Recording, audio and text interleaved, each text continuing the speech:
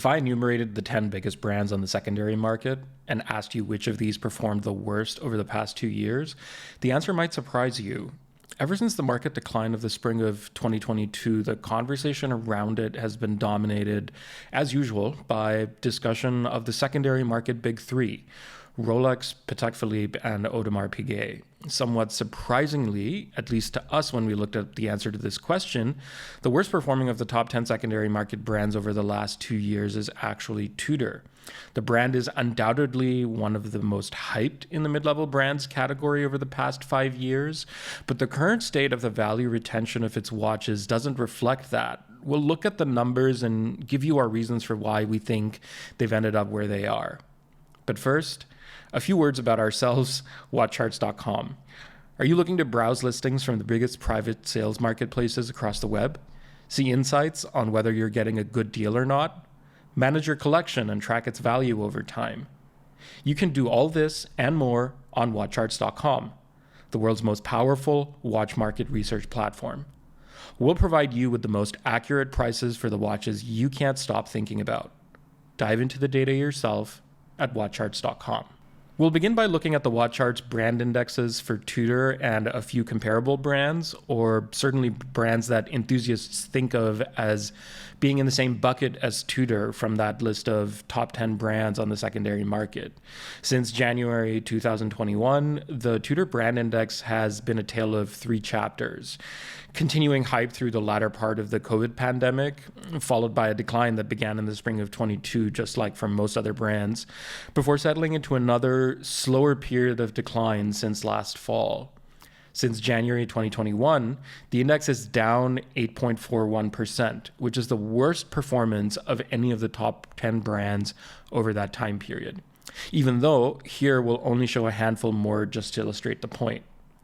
The Panerai index, for example, never saw its value get inflated as much as Tudor did, and so to date has also lost less value than Tudor has, losing about 6.8% of its value over the same time period. However, Cartier is up 5% and Omega is up 8.8% since January 2021. So it's not the case that every brand in this category of mid-level brands has lost value over that period of time. Omega and Cartier both have higher average retail price points than Tudor, but that doesn't explain why these trends have diverged in this way. Let's look under the Tudor hood next and remember that there are watches in there that are not Black Bays or Pelagos watches. The Tudor 1926 or the Tudor Glamour collections, it's these product lines that are thought of basically never. They have terrible value retention at first glance, but it's helpful to keep in mind that these sit at a relatively low average retail price point that does not lend itself to the elements usually necessary to create better value retention, such as rarity, watchmaker hours per watch, or brand value.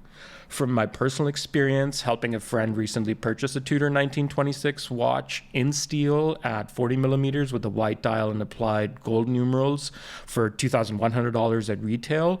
These are watches intended to sit at a very specific price in relation to competitor watches just a rung above or below on this fiercely competitive part of the price ladder. And for that reason, they offer a very particular value proposition. These are not watches intended for the enthusiast. The enthusiast is much more familiar with the Black Bay family, the genesis of which lies in the Black Bay 41 collection, with an average retail price of just over $4,600 and still an almost 35% loss in value on the secondary market compared to retail prices.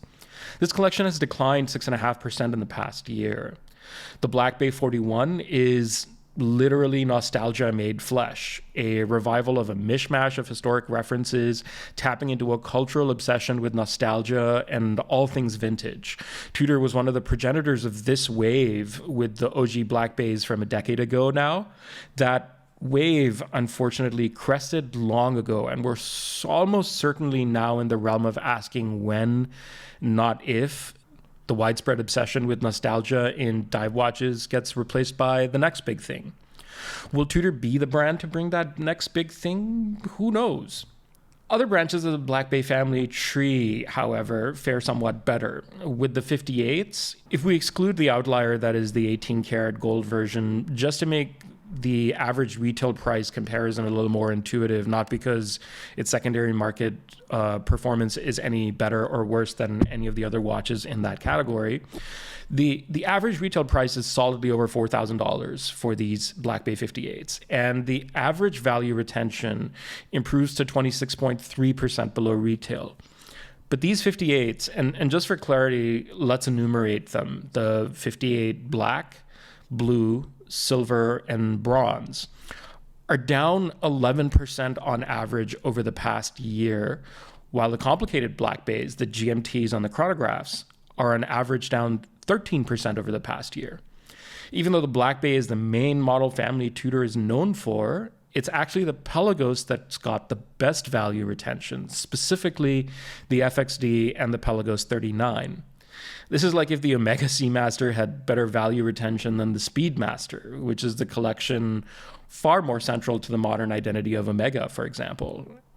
Let's stick with the Black Bay 58, though, and rewind the clock, go back to the Black Bay 58 launch again, and retrace our steps to the summer of 2023.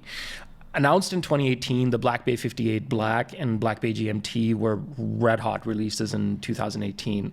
I paid upfront in full and waited several weeks to get the 58 from my AD in the fall of 2018. And the watch itself was a revelation. It was a diver with modern construction and internals, vintage good looks, and a sub 40 millimeter size critically that instantly made it attractive to a very wide audience. There was nothing else like it on the market, and everyone wanted one. Breitling, Tag, Longines, Omega. We can run through the list and not find another watch from a different brand that was capturing lightning in a bottle the way the 58 was. These were the heady days when the 58 was still difficult to get at retail. The pandemic hit and Tudor launched the 58 Blue, and everyone in the watch community collectively lost their minds again. Tudor followed up with one in gold, in silver, in bronze, and then even made a modern-looking incarnation of the same formula in the Pelagos 39. Now they fiddled with the size a second time with the Black Bay 54. So who knows if we'll see a blue or green Black Bay 54 later this year or next year. But unfortunately, today, none of this hype is proving to be enough anymore. Black Bay 58s, GMTs, and more are available in your local AD's display case on your choice of strap or bracelet. Can't decide? Come back next week and they'll still be in the case. That's the thing about these watches. Every enthusiast who wanted one over the past 5 or 6 years has bought one. Heck, I bought 2 Black Bay 58s myself. Relative to demand, supply just is not constricted, and so there is no secondary market premium for these watches. But then there is still this sense that I think as enthusiasts we're left with, that something made Tudor special, but what was it that didn't seem to be special enough that every single one of these watches after coming out has trended down in value and now trades below retail? Well, if we wanted to be cynical about it, then a couple of observations that I could make would be first around the internals. And so they're using kinesi movements for the most part. And you know, the kinesi movements are no different from what you can get in watches from Fortis, from Norqain, from Chanel, from Tag Heuer, and Breitling. So in that sense, there's nothing really that's exclusive that Tudor is offering. Now, once they have Meta certification available more broadly across the catalog, that will change, but still only land Tudor in the same bucket as Omega. So it's essentially not that different in terms of making a step change, certainly on the design side, the way the Black Bay 58 represented. Another reason maybe that we could discuss briefly is that the brand is owned by Rolex, and so there is that association. But clearly in this instance, what the market data seems to be telling us is that association is not really providing a sheen in the long term that helps the brand's value retention sustain itself at some reasonable level, relatively speaking. I'll end with one of the new 2023 releases, the Black Bay 58, the Black Bay 54, in a little bit, looking at that in a little bit more detail. And it's difficult to say the Black Bay 54 instead of the Black Bay 58. This is a watch that was announced at Watches and Wonders in April this year, and since then has been available on the secondary market. And since early June, in fact, its market price range, as we computed, has dropped below the retail price level of $3,850.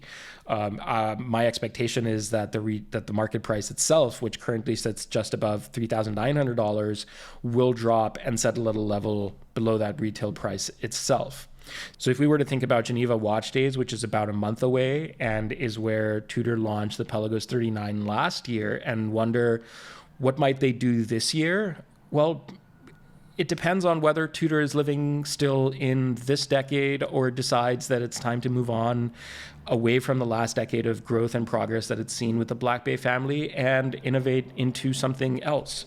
Maybe we get another Pelagos. Maybe we now see the Pelagos family get fleshed out the way we saw the Black Bay family get fleshed out over the last few years. Or maybe Tudor has some really wild card up its sleeve that is going to fundamentally change the way we think about what's going to happen with Tudor for the next 10 years and start another wave of hype.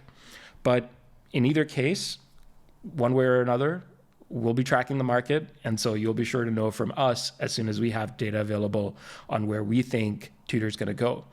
Where do you think Tudor is headed for the next decade? Let us know in the comments below. If there are other brands that you would like us to do deep dives on in the same way, let us know about those as well, and we'll follow up with future videos. Thanks for listening.